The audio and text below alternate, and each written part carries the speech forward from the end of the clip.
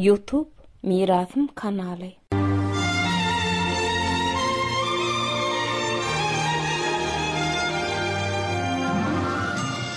Söwüşde bir adam ileri süýüşi bilýärkäň, bir adam gaýra basmagyn. Duşman tarapyndan gabyldım diýip söwüşi besetmegin. Çünki duşmany diňe söwüş bilen depedip bolýanlar. Olar sen gaýda usuldyňy görseler, basga düşerler. Beýle ýerde ölümi özüňe bagyp hasaplagyn. Hiç mahal ýöwsellik etmegin. Mert bolgun. Sehelçe namartlyk ýa ýöwsellik etdiň nung janyndan birini saklap bilmersin. Kousnamadan. Merhaban dinleyijiler, Türkmen ýoly edebi seper gepleşigimizde Çar Murat Karahansyň Türkmeniň gaýdawsyz aýym bege atly taryhy gürrüňleşdirýär. 18-nji asyryň takminan aýaklaryna ady riwayaty öwrülen 76-77 ýaşly Keýmer Serdar Türkmen il ulsy bilen häzirki Ahal welaýatynyň Keleti obasynyň töwereginde geçiren maslahatyna özüniň gojalanlygyny, toy tutup ornuny münasib adama tapşyrmagyň nesip etmeginiň özüm keremli bir waryň içilen bagty diýip ýaşyllygy öz ornmasary Annasit wekili tapşyrýar. Annasit wekili Ahalyň dagy teginine 32 sany çeşmeden akýan suwy halka halallyk bilen deň derman edip paýlamagy berk tapşyrýar. Annasit wekil Keýmer Serdaryň wesiýetini adyllyk bilen ýerine ýetirýär. Şeýdip tekeler ata-babalarynyň gadymy dowduk mekany Ahal sehrasyna inni göçmezlik şerti bilen amakly ornaşýarlar.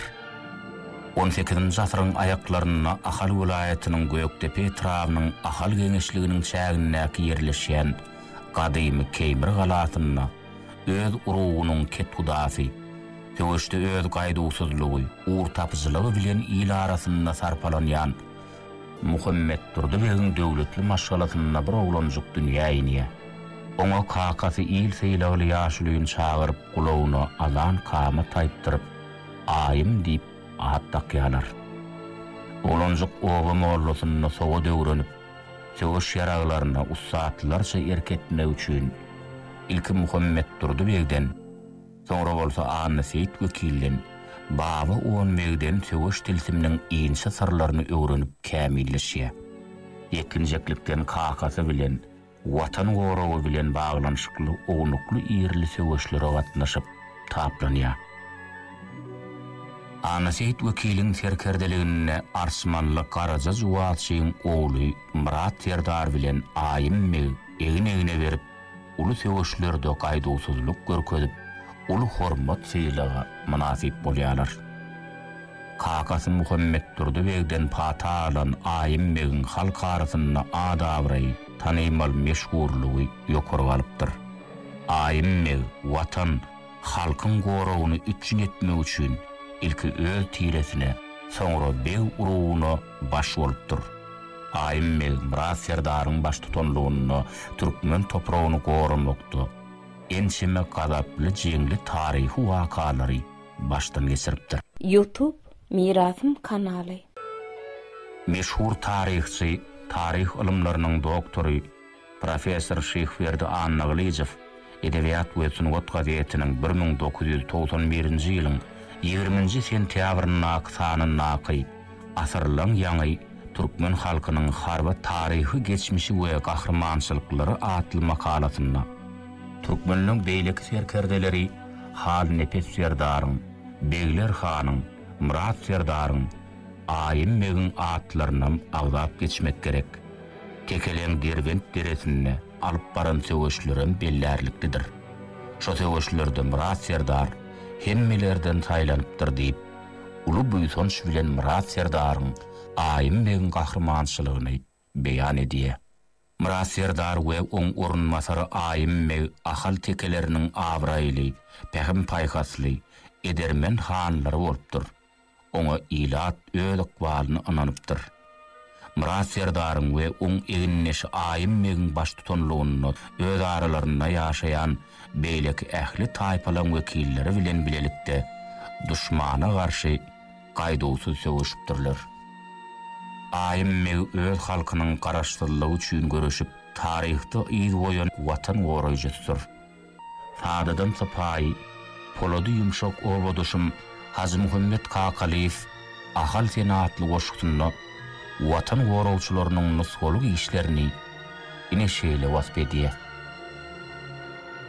Awas yerdar hem keýmir kör, ýazuly yerdar bilen aýym megdir Murat yerdar durdy tvar bilen gerçekleriň adyny tutsam saýrasam dutar bilen ol ki meniň ölmedi gitmez şan şöhratym ahal sen.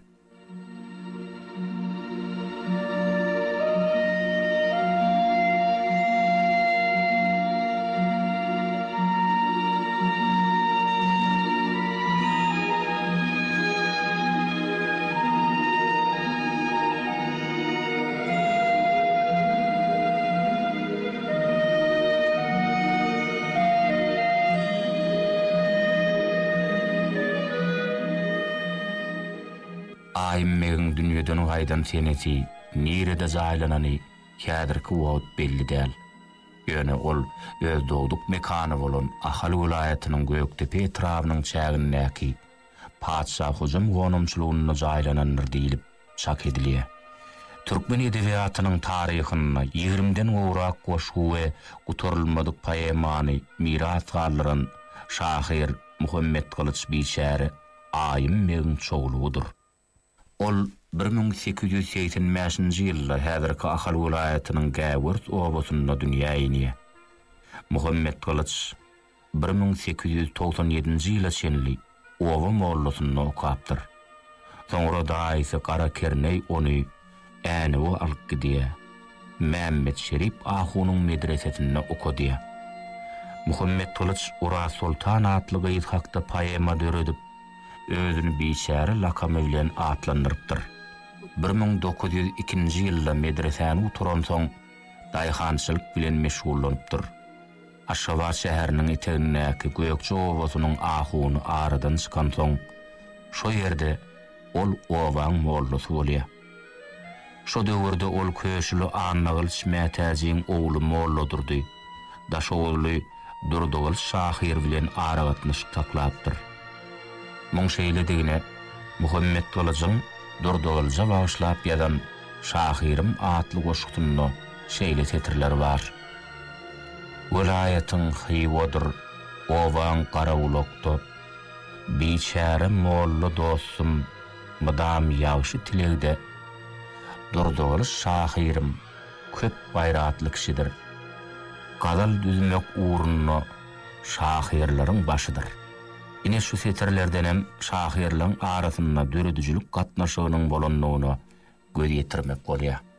1919-1921-nji ýyllarda Muhammed Kılıç Gökçede mugallimçilik edipdir.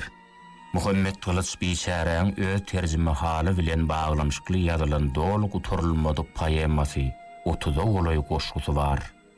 Oň terjime haly käbir goşgulary geçen asyryň 30-njy ýyllaryna okuw kitaplaryna okuwçylary hödürlenipdir. Muhammed Kılıç Biçäri ýuwaş, tüýji dilli, mylakatly adam bolup, ol halk köpçüligini özüne çekmegi başaran, halkyň sowatly bolmagy üçin ala deden tanır.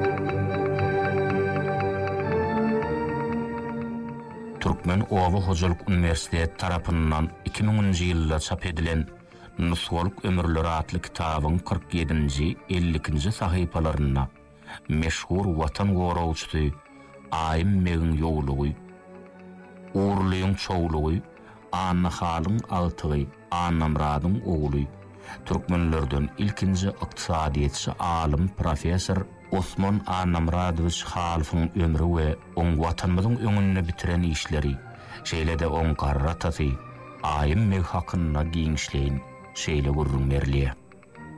Yerligi arkazyn gäwür sowatyndan bolan aýym megin ogly uğurlyň zürýady Anna halyň 7 oglunyň biri Annamrad ekeni. Edermenlikde, çaparmanlykda göz görkezden aýym mege 1850-nji ýyllarda Hywo Han tarapyndan Gäwür sowatynyň ketgudalyk ýarlyk berilipdir. Şo ýarlyk häzir Merkezi Taryh Muzeýinde saklanýar diýerler. Türkmeniň Garawum sehrasyny öwrenji alimy Abdurrahman Öwedliýew öz ýatlamalaryna şeýle ýatlaýar. Biz talip döwrümüz Osman bilen Atagowşudyň Aşgabatdaky öýlerini ençeme sapar bardyk. Doğrusu men şu çakaçenli Mamece bilen Atagowşudyň röýdürýärdim. Hedebi olaň öýüne edilýän hezet hormat mäherlidi, assady, şan ýürekdenni. Osmanyň adyny ýegenjan diýip tuturdylar. Zehinli, belent adam kärçilikli ýazjymyz Atagowşudyň bilmeýänne mogolumçylyk edýän döwürleri ýan ýollaşy Bosanece bilen en atasyz çağalary hosarlyk edip uly iş bitiren beýan sanlardyr. Annamrad ağa 1880-nji 1950-nji ýyllar aralygynda ömür süren öz döwrüne hatly sowatly iş başarjan guramaçy döwlet işgärleriniň biri bolup, jogapkärli uly wezipelerde işläp, işlän puwdoklarynyň ayagy almagyna uly işleri bitiren adam bolupdyr. 1926-njy ýylda ogly Owan Aşgabatda gullyk edýän döwrü bolsa, Osman dünýäge inipdir. Owan Lukmançylyk institutyna okuw ýerýär. Osman 1946-njy 1950-nji ýyllar aralygynda Türkmen Owy Hojalyk institutyny okuýar hem ony üstünlikli tamamlap, ýokary bilimli alim agronom hünäriniň eýesi bolýar. Osman SSR-iň Alymlar Akademiýasynyň Türkmenistan şahamşasynyň aspiranturasyna okuw iýerilýär we ony üstünlikli tamamlap, murwap düzlüğünün pagtaçylygyna mexanizasiya işini ösürmek atly temadan dissertasiýany gorap, 25 ýaşynda ykdysady ilmleriň kandidaty alymlyk derejesine munasip bolýar. 1974-nji ýylda sorumly ýerleri özleşdirmegiň ykdysady netijeligi atly ilmi işden doktorluk dissertasiýasyny gorap, türkmenlerden ilkinji bolup ykdysady ilmleriň doktor diýen uly ilmi dereje munasip bolýar.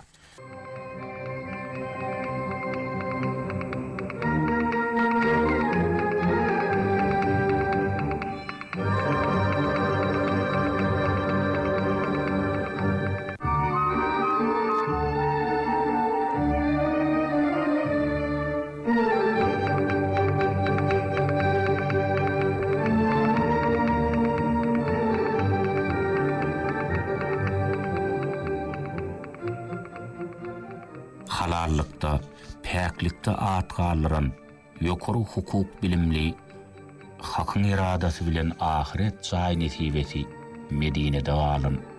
Aýym megin ýoglugy Aşgabat şäheriniň gökçe ýaşaýyş toplumynda ýaşan Baýyf Recep Haja aganam agdap geçmegi makul bildik.